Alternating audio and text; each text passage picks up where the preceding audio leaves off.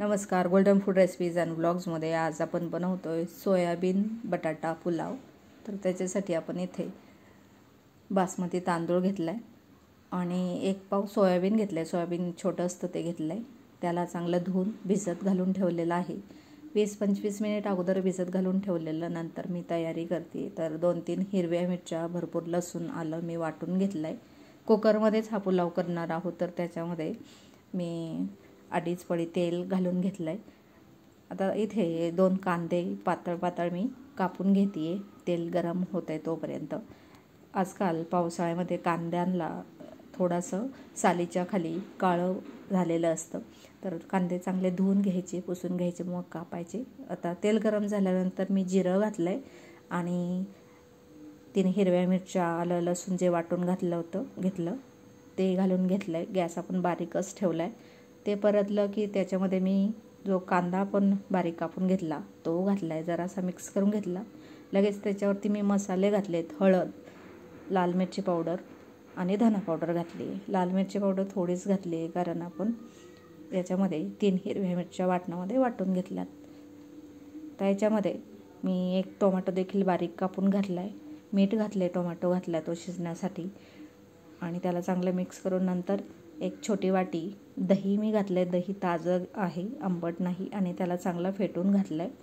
त्याला चांगलं मिक्स करून घेतलं आणि मग याच्यामध्ये जे सोयाबीन आपण घातलं होतं भिजत, चांगलं 20 मिनिट भिजत होतं, थंड पाण्यामध्येच घातलं होतं भिजायला। त्याच्यातलं पूर्ण पाणी काढून ते घालून घेतलं। मसाल्यामध्ये त्याला चांगलं मिक्स करून घेतलं आणि आता इथे 10 रुपयाची आपला बिर्याणी मसाला छोटीशी पुडी ती घातलेली आहे। पूर्ण मिक्स करायचं। आता आपल्याला इथे मीठ घालायचं आहे। सोयाबीनसाठी मी मीठ घातलं पहिल्यांदा, पण टोमॅटो चांगला शिजावा पटकन मसाला म्हणून घातलं होतं तेवढंच। इथे मी आता थोडंसं पाणी घालते, 4-5 चमचे। आपल्याला हे जे सोयाबीन आणि बटाटा आहे अर्ध शिजवून घ्यायचं आहे, म्हणजे 1 किंवा 2 शिट्ट्या घेतल्या की आपला पुलाव तयार होतो। झाकण ठेवून मंद आचेवरती मी त्याला 3-4 मिनिट शिजू दिलं। त्याच्यानंतर जो आपण तांदूळ भिजत घातला होता तो पूर्ण निथळून घालून घेतला। त्याच्यामध्ये 1 कपभर पाणी मी इथे घातलेलं आहे।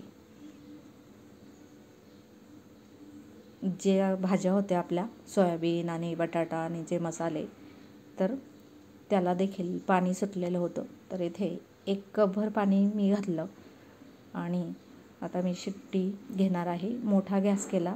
मोठ्या गॅसवरती 1 शिट्टी घ्यायची आणि गॅस एकदम बारीक करून त्याच्यावरती 1 शिट्टी घ्यायची। मनाने थंड होऊन द्यायचा कुकर आणि मस्त आपला सोयाबीन बटाटा पुलाव झटपट असा तयार झालेला आहे।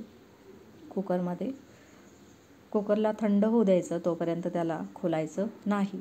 मोठ्या गॅसवर 1 शिट्टी घेतली तरी देखील खूप होईल, जर तुम्ही तांदूळ कमीत कमी अर्धा तास तरी भिजवला तर मी इथे थोडा 20-25 मिनिट भिजवला होता, म्हणून मोठ्या गॅसवर 1 शिट्टी आणि छोट्या गॅसवरती म्हणजे मंद आचेवर 1 शिट्टी घेतली आहे। मनाने कुकर थंड झाला, मस्त पुलाव तयार आहे।